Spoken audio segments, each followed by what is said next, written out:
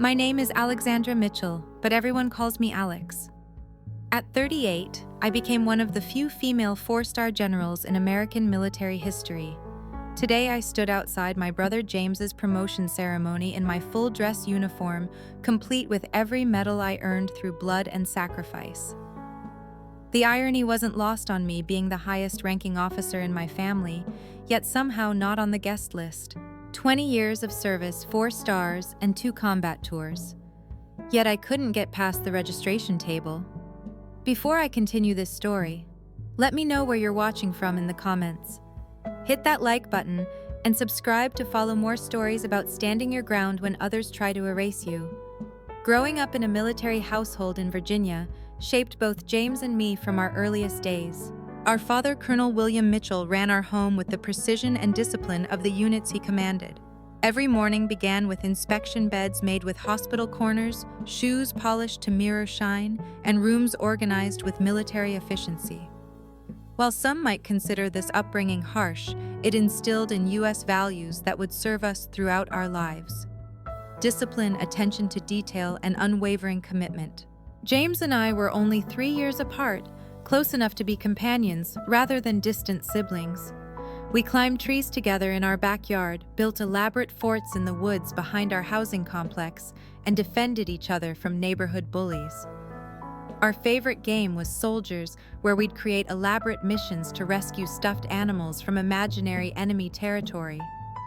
Even then, I displayed tactical thinking that impressed our father, creating diversion tactics and multiple approach routes, while James executed the plans with precision.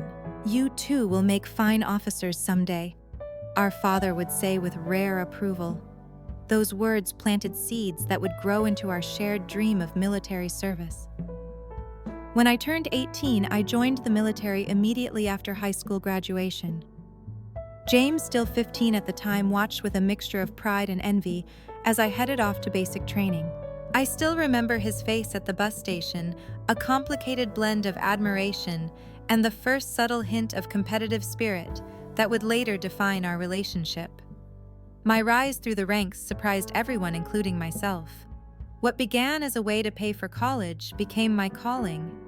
I discovered I had natural leadership abilities and strategic thinking that set me apart. My commanding officers noticed to recommending me for advanced training and accelerated promotion tracks by 25. I had already achieved the rank of captain and completed my first deployment 3 years after I joined. James followed suit, choosing the Army while I had selected the Air Force. Initially, we supported each other, fully exchanging letters during deployments and calling whenever possible. We shared advice, celebrated each other's achievements, and provided emotional support during difficult moments that only fellow service members could understand. The first signs of strain appeared after my promotion to major at 30. James remained a captain, his career progression steady but not exceptional. During my leave that year, I visited him at Fort Bragg.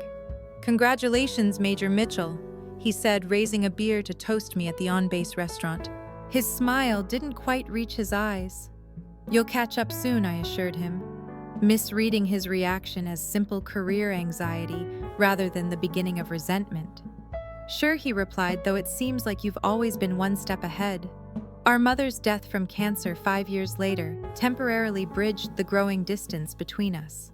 Standing together at her funeral, we found comfort in each other's presence. James held my hand as I delivered the eulogy, and later that night we stayed up until dawn sharing memories of her. "She was always so proud of you, Alex." James said as sunrise painted our childhood home in golden light. "Dad showed her every article about your achievements." "She was proud of both of us," I corrected him. "She kept a scrapbook of your deployments too." James nodded but said nothing more, and I felt the moment of connection slipping away, replaced by that familiar competitive tension. By this point in my career, I had earned numerous distinctions: 2 Bronze Stars, a Purple Heart from a helicopter crash during a rescue operation in Afghanistan, and recognition for developing strategic initiatives that saved countless lives during complex operations. My expertise in cybersecurity and counterintelligence operations made me valuable beyond traditional combat roles, opening doors that historically remained closed to women. When the notification came about my promotion to Brigadier General at 34, making me one of the youngest to achieve that rank, I called James immediately. His congratulations sounded sincere, but our conversation was brief. He mentioned being busy with preparations for his own promotion to Lieutenant Colonel. I understood his distraction, but felt a growing distance that concerned me. My most recent promotion to 4-star General of 38 made national news. I became only the 4th woman in history to achieve this rank, breaking barriers and setting precedents that would hopefully make the path easier for those who followed. The ceremony was attended by the Joint Chiefs, the Secretary of Defense, and numerous dignitaries. James sent a congratulatory email but couldn't attend due to operational commitments, an excuse I accepted without question at the time. Looking back now, I should have recognized the pattern forming. But family relationships have a way of blinding us to what might be obvious to outsiders. I remained the optimistic big sister, convinced that our bond would overcome any professional rivalry. The email notification about James's promotion to colonel arrived while I was reviewing security protocols for an upcoming international summit. Seeing his name pulled an immediate smile to my face. My little brother had achieved an impressive milestone, and I couldn't have been prouder. I called him immediately, barely containing my excitement. "Colonel James Mitchell, congratulations." "Thanks, Alex," he replied, his voice measured but pleased. "It's been a long time coming. I never doubted it for a second," I said truthfully. "When's the ceremony? I'll clear my schedule." A brief pause followed before James answered. 3 weeks from Saturday. Fort Belvoir Auditorium. I'll be there with bells on, I promised, already mentally rearranging meetings and commitments. "You don't have to go to all that trouble," he said. "I know how busy you are with your responsibilities." Something in his tone gave me pause, a slight emphasis on responsibilities that felt dismissive rather than respectful. But I brushed it aside, attributing it to the poor connection or perhaps pre-promotion stress. "Nothing would keep me away," I assured him. "This is important, James. I'm so proud of you." After hanging up, I immediately contacted my assistant to clear my schedule for that weekend. Being a 4-star general meant my calendar was typically planned months in advance, but family came first. I moved 3 briefings, rescheduled a meeting with an international delegation, and assigned my deputy to represent me at a security conference. No small feats, but absolutely worth it to support James on his big day. The weeks before the ceremony were filled with careful preparation. I had my dress uniform meticulously pressed and inspected, ensuring every detail was perfect. My aide, Lieutenant Samantha Rogers, helped me polish my medals and insignia until they gleamed. "You're going to outshine the new colonel," she joked as she arranged my decorations in their precise order. "That's not the goal," I replied with a smile. "This day is all about my brother." As I prepared, my memories of previous ceremonies flooded back. I remember James attending my promotion to captain, bringing me a small silver compass engraved with our family motto, "True North never wavers." I still kept it on my desk as a reminder of our shared values and heritage. When he made major, I gave him a vintage fountain pen that had belonged to our grandfather, also a military man. These traditions mattered to us, symbols of our family's legacy of service. 2 weeks before the ceremony, I visited a specialized military memorabilia shop in Arlington to find the perfect gift. After an hour of consideration, I selected a handcrafted shadow box for his medals with a custom engraving. Colonel James Mitchell, continue viewing the legacy of honor. It felt right, acknowledging both his achievement and our shared history. The evening before my planned departure, my father called at 72. He remained sharp and perceptive, his military bearing evident even through the phone. "Alexandra," he said, using my full name as always, "I understand you're attending James's ceremony tomorrow." "Of course," I replied, finalizing my packing. "I wouldn't miss it." I waited, silence followed before he continued. "I'm concerned about the dynamics between you two. James has changed since your last promotion. There's a bitterness there I don't fully understand. Dad, we're adults now." I assured him whatever competitive feelings existed when we were younger are long gone. "This is a celebration."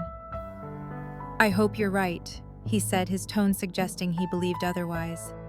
Just prepare yourself for anything. I dismissed his concerns, convinced that our sibling bond would transcend any professional jealousy. After all, we'd both achieved impressive careers. There was enough success for both Mitchell children. That night, I sat on my balcony overlooking the Potomac, reflecting on our journey from those children playing soldier in the backyard to actual military officers serving our country. We'd both fulfilled the destiny our father had envisioned for us. Tomorrow would be a reunion and celebration, a chance to reconnect beyond the obligations and responsibilities that had kept us apart. I fell asleep with optimism, my uniform hanging ready for morning, the wrapped gift box on my dresser, and my heart full of anticipation for a meaningful family moment. The complexity awaiting me remained completely unseen as I drifted off, confident in the power of family ties to overcome any obstacle. Morning arrived with perfect spring weather. I dressed with the precision drilled into me through decades of service, each button and medal positioned exactly according to regulation. The 4 stars on my shoulder boards caught the light as I gave myself a final inspection in the mirror, ready for duty this time. The duty of being a supportive sister. The drive to Fort Belvoir took just under an hour from my Arlington apartment. Spring had painted the Virginia landscape in vibrant greens and flowering trees, creating a backdrop that matched my optimistic mood. I parked in the visitors section, noting the increased security and decorative bunting that signaled a special event. Several officers already heading toward the auditorium noticed me exiting my car and rendered appropriate salutes, which I returned with practiced precision. General Mitchell. "Good morning, ma'am," a young lieutenant said as our paths crossed near the entrance. "It's an honor to see you here today." "Thank you." "Lieutenant, are you participating in the ceremony?" I asked. "Yes, ma'am. I serve under Colonel Mitchell in tactical operations. He's an excellent commander." I smiled with genuine pride. I'm glad to hear it. He always had a talent for leading from the front. The auditorium entrance was decorated with flags and military insignia, creating an appropriately ceremonial atmosphere. Several photographers were setting up equipment, and a small string quartet practiced in one corner. Family members in their Sunday best mingled with officers in full-dress uniforms, creating that unique military ceremony atmosphere that blended formality with familial pride. I approached the registration table with confidence, nodding at several officers who recognized me along the way. 2 junior officers manned the check-in station, surrounded by stacks of programs and name badges. "Good morning," I greeted them. "General Alexandra Mitchell checking in." The young officers immediately straightened to attention, clearly surprised by my presence. The female lieutenant recovered first, quickly checking her tablet. "General Mitchell," she began, her finger scrolling through the digital list. Her expression shifted from confidence to confusion. "I'm sorry, ma'am, but I'm not seeing your name on our guest list. That must be a mistake," I replied calmly. "I'm Colonel Mitchell's sister. Please check again." The lieutenant exchanged an uncomfortable glance with her colleague before returning to her tablet. "I've checked the family section, the VIP section, and the military guest section, ma'am. Your name doesn't appear on any of them." A cold sensation began forming in my stomach, but I maintained my professional demeanor. Perhaps there was an administrative oversight. "Could you check with the event coordinator?" "Of course, General." The lieutenant stepped away to make a call while I waited.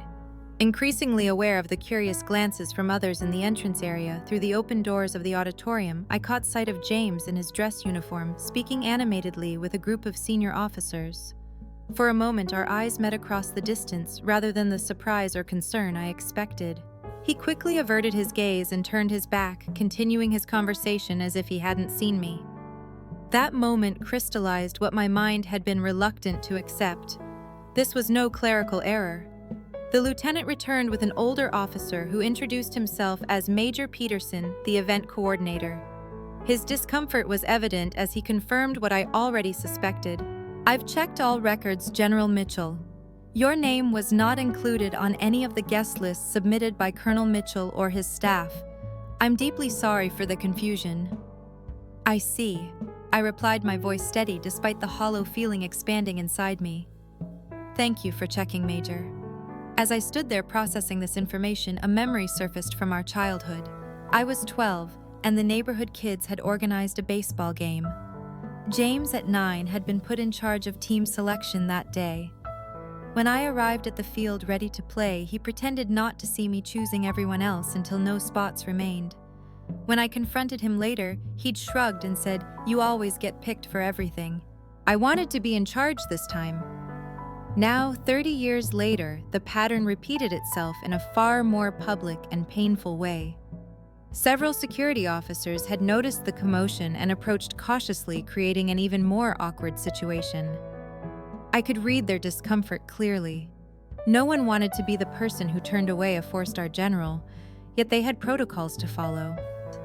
"General Mitchell," one of them began carefully. "Would you like us to contact Colonel Mitchell directly?" I glanced again toward the auditorium, where James continued mingling, still pointedly avoiding looking in my direction. Making a scene would embarrass us both and overshadow what should be a special day. Regardless of his actions toward me, the professional soldier in me recognized when a tactical retreat was the better option. "That won't be necessary," I replied with dignity. "Please carry on with the ceremony as planned." I stepped aside, allowing other guests to approach the registration table, while I walked toward a quiet alcove to collect my thoughts. The gift box felt suddenly heavy in my hands, a symbol of a relationship I had clearly misunderstood. Finding a bench in a garden area outside the building, I sat down and pulled out my phone. After a moment's hesitation, I called Eleanor Reynolds, my fellow general and closest friend since our academy days. "Oh, it's Alex," I said when she answered. "You won't believe what just happened." As I recounted the situation, her initial shock gave way to calculated anger. "This isn't just about sibling rivalry, Alex. This is an intentional slight to a superior officer. It has professional implications beyond your family dynamics." "I know," I replied, watching more guests arrive for the ceremony that was scheduled to begin in 20 minutes. "The question is, what do I do now?" "What would you tell a junior officer who came to you with this situation?" Eleanor challenged. The answer formed in my mind immediately. I would tell them that respect is earned through actions, that dignity doesn't mean accepting disrespect, and that sometimes leadership requires making difficult stands. "I need to think about this carefully," I told Eleanor, "but I'm not simply walking away." "Good," she replied firmly, "because that's not the Alexandra Mitchell I know." As I ended the call, my resolve began to crystallize. This wasn't just about a family slight anymore. This was about principles that defined my entire career and life. The walk to my car felt longer than it should have. Each step weighted with emotions I rarely allowed myself to feel. Military training teaches you to compartmentalize to process emotions later when the mission is complete. But what was my mission now? As I reached my vehicle, memories cascaded through my mind. Moments when I'd put family first despite career consequences. The time I'd flown 17 hours straight from a classified location in Asia to attend James's graduation from Special Forces training. The recommendation letter I'd written that helped him secure his first command position. Leveraging my reputation despite warnings about nepotism concerns the countless times I defended him in conversations with senior officers who questioned whether he'd earned his achievements on merit or through family connections. I sat in my car without starting the engine, staring at the Fort Belvoir Auditorium in the distance. The American flag fluttered above it. A reminder of what this was really about. Not just family, but values, integrity, honor, respect. My phone rang, displaying my father's number. I answered, steeling myself. "Alexandra," he said, his voice tight with controlled anger. "I'm in the auditorium." "Where are you?" "Apparently I wasn't invited," I replied, maintaining a calm I didn't feel. My name wasn't on any guest list. A long silence followed, then a heavy sigh. I was afraid of something like this. James has been different lately. He's fallen in with a particular group of officers, old guard types, who aren't pleased with some of your modernization initiatives. This revelation added another dimension to the situation. My recent work had focused on structural reforms within the military, particularly expanding opportunities for women and minorities in combat and leadership roles. These changes had met resistance from traditionalists who viewed them as politically motivated rather than merit-based improvements. "Are you saying this is both personal and political?" I asked, connecting dots I hadn't previously considered. "I believe so. My father confirmed General Harrington is here seated in the front row. He's been quite vocal about opposing your integrated combat unit proposal." General Walter Harrington, a 3-star known for his behind-the-scenes political maneuvering and stubborn resistance to change. Suddenly, James's actions took on a more calculated aspect. I said, anger and hurt crystallizing into something more focused. "Thank you for letting me know. What will you do?" he asked, knowing me well enough to recognize the shift in my tone. "I'm still deciding." I answered truthfully, but I won't simply disappear. After ending the call, I sat quietly for 5 full minutes, weighing options and consequences with the strategic analysis that had earned me my stars. This moment demanded a response, but it needed to be measured purposeful and appropriate to both my rank and the situation. I started the car and drove a short distance to a coffee shop office. Once seated in a quiet corner, I made several calls in quick succession. First to my aide, Lieutenant Rogers. "Sam, I need you to bring my ceremonial uniform to Fort Belvoir immediately. Yes, the full regalia and my citation portfolio." The ceremony all uniform included every medal, ribbon, and distinction I'd earned throughout my career. Significantly more impressive than the standard dress blues I currently wore. Next, I called General Marcus Williams, the presiding officer at today's ceremony, according to the program I'd glimpsed. We had served together during Operation Enduring Freedom and maintained a mutual respect. "Marcus, it's Alex Mitchell. I understand you're presiding over Colonel Mitchell's promotion today." I explained the situation concisely. His response was measured but supportive. "That's highly irregular, Alex, and inappropriate given your rank and relationship. What can I do?" "Nothing directly," I assured him. "I'll handle this myself. I just wanted you to be aware of the situation." My final call was to the base commander, an old academy classmate who expressed appropriate shock at the situation. While he couldn't officially intervene in the ceremony, he ensured I would have appropriate access to the base for my return. Lieutenant Rogers arrived in record time with my ceremony uniform. I changed in the coffee shop restroom, emerging transformed.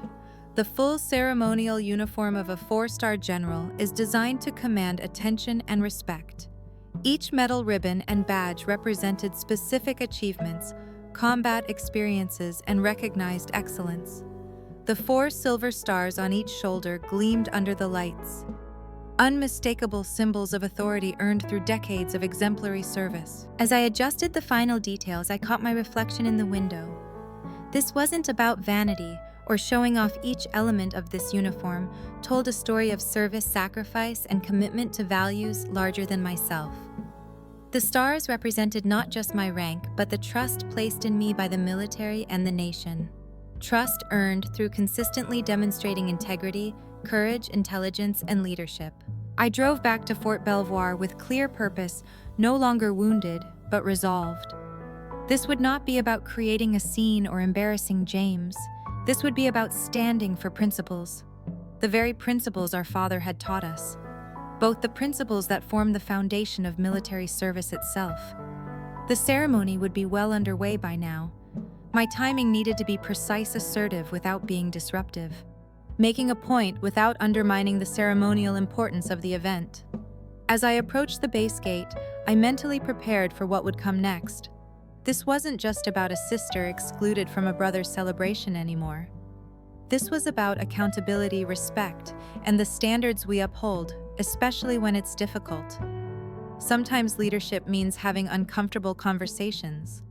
Sometimes it means showing up when others would prefer you didn't. And sometimes it means wearing your stars not as a threat, but as a reminder of what they truly represent. My return to Fort Belvoir created an immediate ripple effect. The security guards at the gate snapped to attention when they recognized my vehicle. Their expression was shifting from routine vigilance to alert respect when they saw the 4 stars on my epaulets. I provided my identification and explained my purpose calmly. General Mitchell, the senior guard, said, saluting crisply. "We've been notified of your arrival.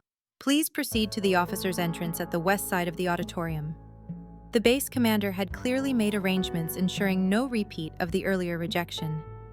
I nodded my acknowledgement and drove through, navigating toward the designated area, where a young corporal waited to direct me to a reserved parking space. As I stepped from my vehicle, the full impact of my ceremonial uniform became evident. Unlike the standard dress blues I had worn earlier, this uniform displayed the complete array of my service history. 2 rows of medals crossed my chest, including the Distinguished Service Medal, Silver Star, Legion of Merit, and Purple Heart campaign ribbons from Afghanistan, Iraq, and other operations created a colorful tapestry of service. The 4 silver stars on each shoulder caught the sunlight, unmistakable symbols of my rank and authority. Each step toward the auditorium felt measured and purposeful. Several junior officers outside the building rendered salutes, their eyes widening at the unexpected presence of a 4-star general. I returned each salute, precisely maintaining the dignified bearing that 2 decades of service had ingrained in me through my military contacts. I'd learned the ceremony schedule. The formal promotion would be followed by a speech from James, then congratulatory remarks from senior officers. I timed my entrance for the transition period between the official promotion and the speeches, a moment that would make my presence known without disrupting the ceremonial aspects. The corporal escorted me to a side entrance where a major waited, clearly having been informed of my arrival. He saluted and opened the door without question, allowing me to slip into the back of the auditorium as applause signaled the completion of the formal promotion portion of the ceremony. The room was filled to capacity with approximately 300 attendees seated in neat rows facing the stage. James stood at the podium, newly adorned with his colonel's eagles, beginning his acceptance speech. General Williams sat to one side with several other senior officers, while my father occupied a front row seat among the family section. My entrance did not go unnoticed, like a wave. Awareness of my presence spread through the room. Heads turned, whispers erupted, and a palpable shift in energy rippled from the back rows forward. James faltered mid-sentence as the disturbance reached the stage, his eyes finding mine across the distance. I maintained perfect composure, acknowledging the attention with a slight nod, but making no move to disrupt the proceedings. Instead, I proceeded down the center aisle with measured steps, my aide following 2 paces behind, when a junior officer hurriedly vacated a front row seat. I took it graciously, sitting directly in James's line of sight for several seconds. James seemed unable to continue the significance of my appearance, clearly registering in his expression to his credit. He recovered quickly and resumed his speech, though his delivery became notably more rigid as I assumed this new responsibility. He continued, voice slightly tighter than before. "I recognize the importance of honoring the traditions and structures that have made our military the greatest fighting force in the world." The subtext wasn't lost on me. A subtle dig at the modernization initiatives I championed, but I maintained my composed expression, listening respectfully as he finished his remarks.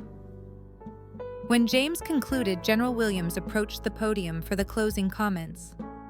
He paused, surveying the audience before speaking. "Before we continue, I believe we have the honor of an unexpected guest among us." His eyes met mine with subtle approval. "General Alexander Mitchell, would you care to say a few words?"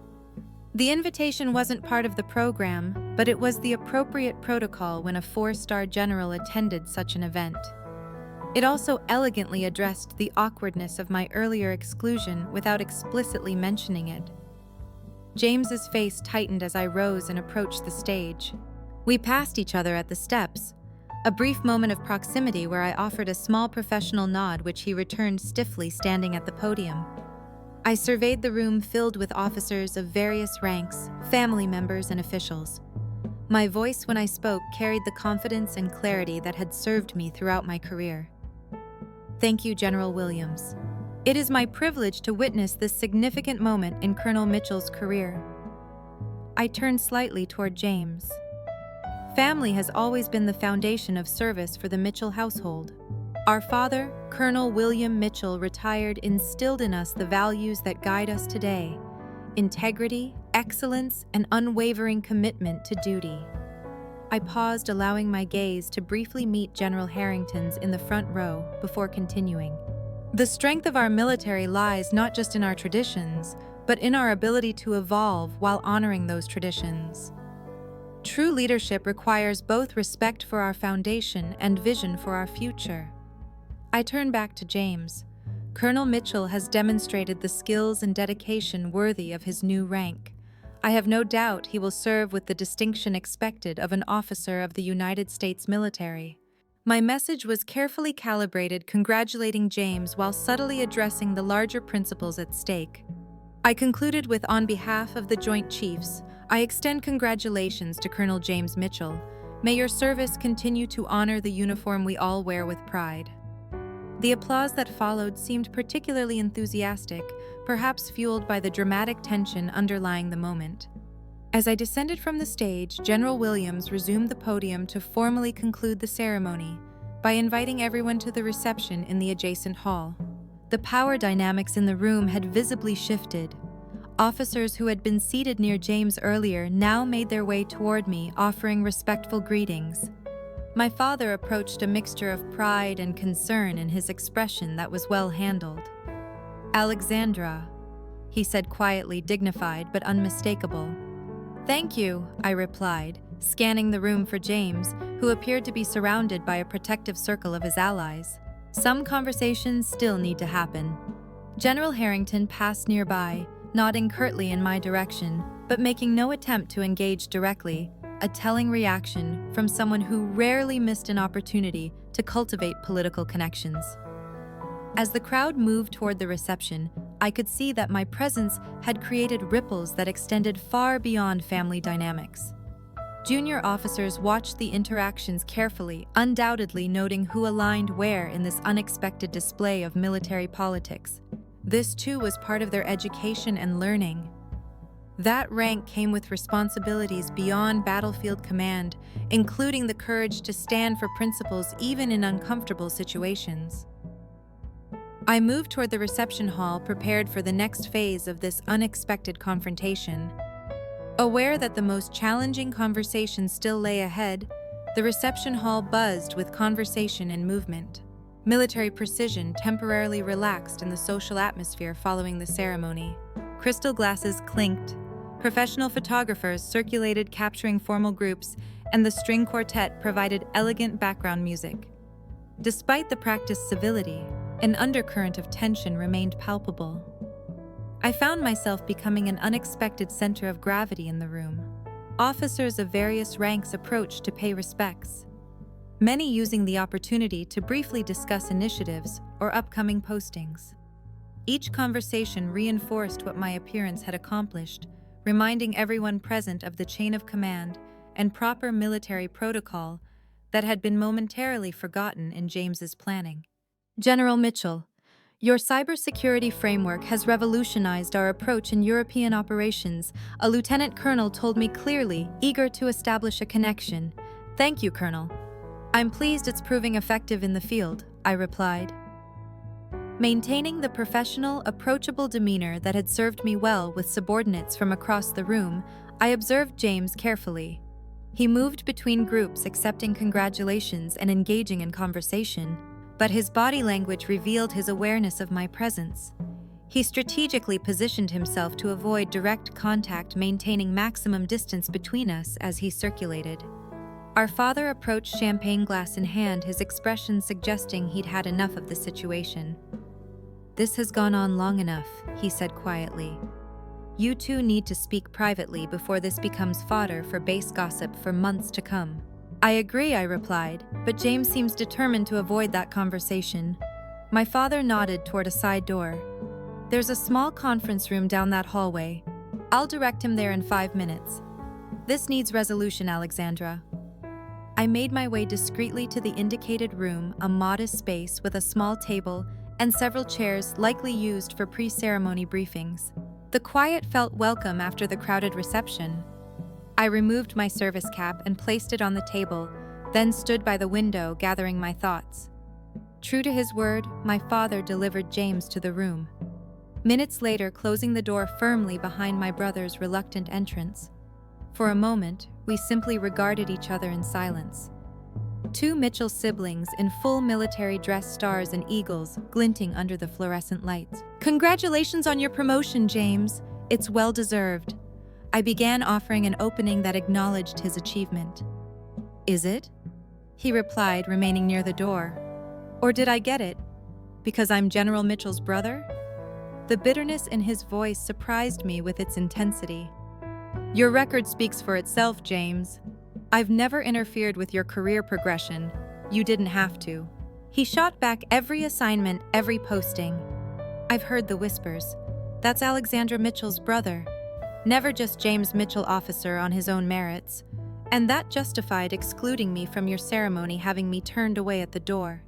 I kept my voice even, though the hurt resurfaced as I said the words aloud. James paced several steps, military posture momentarily abandoned. "You don't understand what it's like living in your shadow. 4-star General Alexandra Mitchell. Breaking barriers, making history. How do I compete with that?" "This isn't a competition," I replied. "It never was. We're both serving our country according to our abilities." "Easy for you to say from the top," he countered. "Do you know what General Harrington told me? That your reforms are destroying the meritocracy of the military. That your elevation was politically motivated rather than earned." The pieces fell into place more clearly.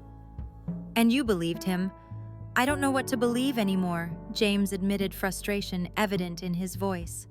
"But for once, I wanted a day that wasn't overshadowed by your rank and reputation. Is that so wrong?" I considered my response carefully. This wasn't just about hurt feelings anymore. It cut to the core of military values and personal integrity. "Let me ask you something, James. If any other 4-star general had been turned away from your ceremony, not your sister, just any general, would that be appropriate military protocol?" He didn't answer immediately, recognizing the trap in the question. "This isn't just about family dynamics," I continued. "When you allowed Harrington and his faction to influence you into breaching military protocol, you compromised the very principles of the organization you serve. Merit isn't just about tactical skills or battlefield courage. It's about integrity in all circumstances. That's rich coming from someone who's benefited from the Pentagon's diversity initiatives." He retorted, though his voice held less conviction. "Do you honestly believe I didn't earn these?" I asked quietly, touching the stars on my shoulder. 23 years of service, 2 combat tours, 3 years of 70-hour weeks, modernizing our cybersecurity infrastructure. A helicopter crash that left me with a titanium rod in my leg. I stepped closer. "I've never asked for special treatment, James. I've only asked for equal opportunity to serve based on capability." Something in my words seemed to penetrate his defenses. His posture shifted subtly, less combative than before. "I didn't personally remove you from the guest list," he admitted. Finally, Harrington's aide suggested it would be better to keep the ceremony focused on traditional military values without the distraction of recent controversies. "And you allowed it," I said. Not as an accusation, but as a simple fact. Before he could respond, a knock at the door interrupted us. A young lieutenant appeared, looking apology. "Excuse me, General, Colonel, General Williams is asking for both of you to join the official photographs." "We'll be right there, Lieutenant," I responded, waiting until the door closed again before turning back to James. "This conversation isn't finished, but we have duties to attend to now." James nodded. Military bearing returning as he prepared to rejoin the public event at the door, he paused. "I should have stood up to them," he said quietly. "Whatever our personal issues, you deserved better treatment as both a superior officer and my sister." It wasn't a full apology, but it was a start and acknowledgement that principles had been compromised. We returned to the reception separately, maintaining professional composure as we rejoined the celebration. Throughout the remainder of the event, I noticed subtle shifts in the room's dynamics. Officers who had been clustering around General Harrington earlier now made efforts to engage with me as well. Perhaps hedging their bets or recognizing the political winds might not blow in the direction they had anticipated. James, too, seemed to maintain a more independent position, less obviously aligned with Harrington's circle as the reception concluded. I exchanged brief professional goodbyes with James and our father before departing. The drive home provided much-needed solitude to process the day's events. What had begun as a painful personal slight had evolved into something more complex, a microcosm of the larger challenges facing military culture as it evolved in the modern era. My phone rang just as I arrived home. It was General Williams Alexandra. I wanted to check in after today's unusual circumstances. I appreciate the call, Marcus. Your handling of the situation was exemplary, he said. Dignified and appropriate. It didn't go unnoticed in the right circles. Thank you.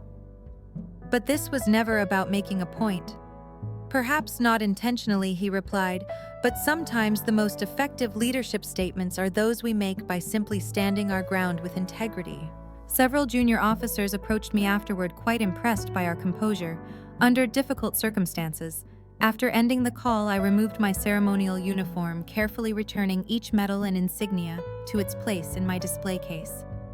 The 4 stars caught the light one final time before I closed the lid. Today had been about more than family dynamics or military politics. It had been about living the values I'd sworn to uphold, especially when it was personally difficult to do so. 1 week later, I sat in my Pentagon office reviewing security briefings when my assistant announced the arrival of a courier with a personal delivery. The sealed envelope bore James's distinctive handwriting, triggering a mixture of curiosity and apprehension. Inside was a handwritten letter, an increasingly rare form of communication in our digital age, and all the more meaningful for its deliberate formality. Alexandra. It began. Words cannot adequately express my regret for the events surrounding my promotion ceremony. My actions and those I permitted through inaction were unbecoming of an officer and unworthy of a brother. While I cannot undo the disrespect shown, I can acknowledge it was wrong and assure you it will never happen again. If you're willing, I would appreciate the opportunity to speak in person when your schedule permits. The letter continued with reflections on our shared upbringing and divergent career paths, concluding with a simple signature. With respect and admiration, James. I placed the letter in my desk drawer, neither immediately accepting nor rejecting its olive branch. Time and actions would need to demonstrate the sincerity behind the words. Sunday dinner at our father's home 3 days later provided the first test. James arrived shortly after I did, the initial moments filled with awkward formality before our father broke the tension in his characteristically direct manner. If you two are planning to maintain this stalemate through dinner, I should have ordered pizza instead of cooking pot roast, he remarked, placing the carving knife deliberately on the table between us. James smiled slightly at the metaphor. I think we can manage civil conversation, Dad. Throughout dinner, we navigated careful conversation about neutral topics, recent face reassignments, and our father's volunteer work with veterans. Mutual acquaintances from the academy. Only after dessert, when our father strategically excused himself to make coffee, did James address the elephant in the room. I've been doing a lot of thinking since the ceremony, he said, studying his water glass, about competitiveness and resentment and how they can blind us to our own compromises. It's a common human failing, I replied, neither accusatory nor dismissive. The military just adds rank structure to complicate it further. I spoke with General Williams yesterday. James continued. Requested a transfer to Fort Lewis. I think some distance from certain influences would be beneficial from my command perspective. The decision surprised me. Fort Lewis would remove him from Harrington's sphere of influence, a clear professional choice with personal implications. That sounds like a positive step. I acknowledged command decisions reflect our individual values, not group pressures. When our father returned, the atmosphere had shifted, slightly less brittle than before. It wasn't reconciliation yet, but it was movement in that direction, a recognition that healing would require deliberate choices and time. 2 weeks later, I accepted James's invitation to meet at a small cafe, halfway between our respective posts. The neutral territory provided space for more direct conversation than our father's dining room had allowed. "I've been thinking about something you said at the ceremony," James began. After initial pleasantries about the military strength lying in both respecting tradition and embracing necessary change. "It's a difficult balance," I acknowledged. "The thing is," he continued, "I focus so much on feeling overshadowed that I never considered what it cost you to create that shadow in the first place." His fingers traced patterns on the tablecloth, the barriers he faced, the scrutiny, the constant need to prove yourself beyond what was required of your male counterparts. It wasn't easy, I admit. It still isn't. Sometimes Dad told me about the death threats you received after implementing the Integrated Combat Teams initiative. You never mentioned them. I shrugged slightly, complaining wouldn't have changed the necessity of the work. James nodded, understanding the philosophy that had guided my career. I allowed my personal feelings to make me a tool in someone else's resistance to progress. It won't happen again. We were raised in a competitive household. James. Dad believed it would prepare us for military life, and in many ways it did. But it also created patterns that followed us into adulthood. Rivalry between siblings is normal. James acknowledged undermining a superior officer isn't his willingness to name the professional breach directly marked a significant step forward. We spent the next hour discussing our shared childhood, the different challenges we'd each faced in our careers, and establishing clear boundaries for our dual relationship as siblings and officers in the same chain of command. When we parted, the handshake we exchanged carried more genuine respect than formal ceremony. The road to fully rebuilt trust would be long, but its foundation was now in place. 3 months later, we both attended a retirement ceremony for General Williams. The event provided an opportunity to demonstrate our professional reconciliation publicly. When James arrived with his wife, I greeted them warmly, introducing them to colleagues without tension or awkwardness. Throughout the evening, we moved in different circles, but acknowledged each other appropriately when our paths crossed. A normal, respectful interaction between officers of different ranks who happened to share a last name. General Harrington attended as well. His influence noticeably diminished following a Pentagon reorganization that had reduced his portfolio. When he approached me with superficial congratulations on a recent successful operation, I accepted them with professional courtesy, but maintained clear boundaries. "Your brother seems to have found his footing at Fort Lewis," Harrington remarked, probing for information or reaction. "Colonel Mitchell has always been an excellent officer," I replied neutrally. "His capabilities speak for themselves." The brief exchange demonstrated the lesson I'd internalized throughout my career. True authority doesn't require asserting dominance. It flows from consistent integrity and the respect it generates. The following week, I was scheduled to speak at the Women's Military Leadership Conference at West Point. As I prepared my remarks, I reflected on the journey that had brought me to this point, not just the recent ceremony incident, but the entire path from that little girl playing soldier in the backyard to the 4-star general addressing future officers. The auditorium was filled with cadets when I took the stage, their young faces reminding me of my own early days at the academy. Among the senior officers in attendance, I noticed James seated toward the back. An unexpected but welcome presence. "Leadership isn't defined by the stars on your shoulders," I told the assembled cadets, though they certainly got attention. This earned appreciative laughter. "True leadership is defined by the principles that guide your decisions when those decisions are difficult. When standing up costs something, when remaining silent would be easier. But speaking out is right." Throughout the speech, I shared experiences from my career, the challenges, the breakthroughs, the lessons learned through both success and failure. I didn't mention the ceremony incident specifically, but its lessons informed my message about integrity and courage. Afterwards, several female cadets approached for advice and mentoring connections. As I spoke with them, I saw in their determined expressions the future of military leadership, a future that would build on tradition while continuing to evolve. James waited until the crowd thinned before approaching. "Impressive speech," he said, though I expected nothing less. "Thank you for coming. I wasn't expecting you thought it was important," he replied simply. "For me and for any officers in my command who might have questions about where I stand." His presence made a statement that words alone couldn't convey a public alignment with the principles I discussed, rather than the resistance faction he previously associated with. It represented a choice to define his own leadership path, rather than allowing it to be defined by rivalry or politics. As we walked out together, a photographer from the Academy paper asked to take our picture. The Mitchell siblings, both accomplished officers in their own right, standing beside James.